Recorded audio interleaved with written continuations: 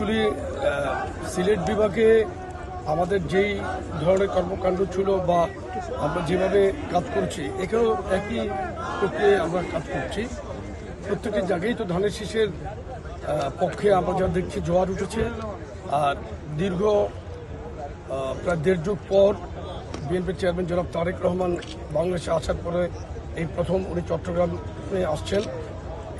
এই বিভাগে উনি আগামীকাল তার নির্বাচনী সমাবেশগুলো শুরু করবেন এই পলো গ্রাউন্ড থেকে। এরপরে পর্যায়ক্রমিকভাবে আরও 4টি করে সর্বমোট 5টি সমাবেশ করবে আমরা যা জানি।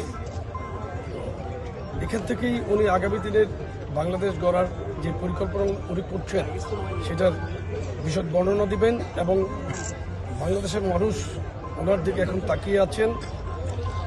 কারণ উনি একমাত্র উনি এবং বিএনপি কিন্তু দেশ গড়ার জন্য পরিকল্পনা যে করছে এবং যে বিশদ বর্ণনা কিন্তু উনি দিচ্ছেন এবং মানুষ এটা গ্রহণ করছে।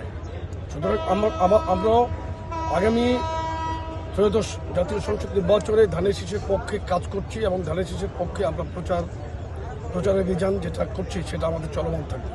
Thank you.